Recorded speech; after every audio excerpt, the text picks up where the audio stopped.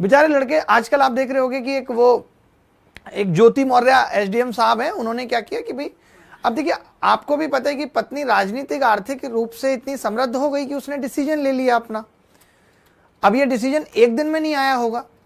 जब हम किसी रिश्ते में बन जाते हैं तो हमारी एक पर्सनल कमिटमेंट भी होती है कि यार अब ये इंसान मेरा अपना है। अब उस इंसान ने मुझे इतना स्वतंत्र कर दिया कि मैं अपना घोंसला कहीं और बना लूं। क्या कहोगे आप इसे? आज लड़के बहुत अलग अलग तरीके के कमेंट कर रहे हैं। लोग कह रहे हैं कि यार पत्नियों को पढ़ाना छोड़ देंगे लोग ऐसे। अरे क्यों? आप उससे ज्यादा पढ़ो, पढ़ाना क्यों छोड़ दोगे? आप भी उसके जितना पढ़ो, उससे ज्यादा पढ़ो, क्या दिक्कत है? बड़े गलत है। आज सबसे ज्यादा नुकसान इस चीज का ना आपके बच्चों को झेलना पड़ रहा है, आपके माँ बाप को झेलना पड़ रहा है समाज में। हम ये नहीं देखते। आज हम इतने लालची हो गए हैं या इतना अपना हित सोचने लगे हैं कि हमारे हित के आगे सारी चीजें खत्म हो गई हैं। आज हर लड़की या हर लड़का ये कह देता है मेरी भी तो अपनी पर्सनल लाइफ है। लेकिन आपकी वो पर्सनल लाइफ किसने दी आपको? आपके माँ बाप का भी उसमें बहुत बड़ा योगदान रहा, आपके दोस्तों का भी बहुत बड़ा योगदान रहा। सबके योगदान से वो आपका जीवन बनाए, जिस जीवन का आप ये कह के कि यार अरे ये तो मेरी पर्सनल लाइफ है, मैं कुछ भी डिसीजन लूं। अरे इंसान के मन को चंचल कहा गया है, आपका मन तो बार बार बदलेगा। क्या शाहरुख खान पे आज भी मरने वाली लड़कियां नहीं है? लेकिन देखो एक गौरी के साथ उसने पूरा जीवन गौर से गुजार दिया।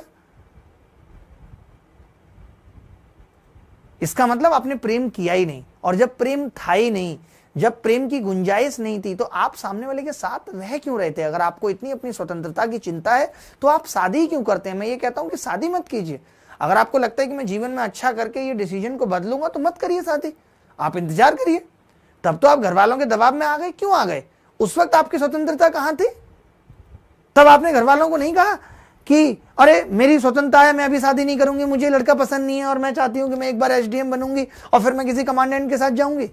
ये तो आप उस वक्त भी कह सकती थी। अब आप कहेंगे कि उस वक्त मेरे हाथ में चीजें नहीं थी, आज मेरे हाथ में चीजें, आज मैं इतने बड़े ओहदे पे बैठ गई हूं। तो ये आप नहीं, आपका ओहदा बोल रहा है। ये गलत डिसीजन है।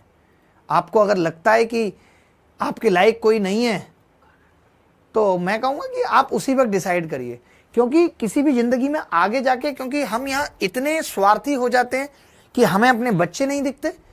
उस बच्चे की क्या गलती थी जो एक माँ बाप का प्यार डिजर्व करता था या एक प्यार डिजर्व करती थी वो लड़की, और आप किसी और की हो गई? जिस उम्र में आपकी बेटी को ऐसे सपने देखने चाहिए थे, आप अपने सपने सजाने लगी।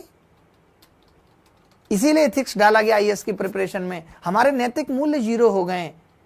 कई बार ऐसे ख्याल अगर हमारे दिमाग में भी आते हैं, ऐसा नहीं है कि एक दिन में आप किसी की हो गई होंगी, एक प्रोसेस चला होगा। क्या उस प्रोसेस में कभी आपने नहीं देखा अपने अंदर झांक करके कि आप जो कर रही हैं उससे कितने लोग इफेक्ट होंगे, कितने लोगों के दिल टूटेंगे? आज नहीं कल बदला लेता है ईश्वर, सजा देता है इस चीज की। इसीलिए इससे क्या होता है ना, आप ऐसे मत समझिए, मैं उस लड़के को भी कहूंगा जो भी मनीष दुबे या कुछ है, कि तुमने किसी का आत्मसम्मान पे चोट की है, तुमने उस लड़के की आत्मसम्मान को तोड़ा है। सजा तुम्हें भी मिलेगी, थोड़े दिन में मिलेगी। ऐसा नहीं कि हमेशा वक्त एक जैसा चलता रहेगा, वक्त बदलता है और सबको उसके उसके कर्मों का फल मिलता है। इसलिए जीवन में जो करना है सोच समझ के करिए और उस लेवल पे करिए कि कल को ये चीज मेरे साथ होगी तो क्या मैं बर्दाश्त कर पाऊंगी या कर पाऊंगा, या मेरे साथ ये चीज होती तो मैं बर्दाश्त कर पाती या कर पाता नहीं, तो फिर आपको भी दूसरे के साथ नहीं करना है। बहुत गलत हुआ है जो भी हुआ है। खैर छोड़िए, मैं बस यही कहूंगा कि मत कीजिए शादी, कोई जल्दी नहीं है। आप क्यों पागल रहते हैं शादी के लिए? आराम से कीजिए, बट जब करिए तो फिर निभाना सीखिए उसको।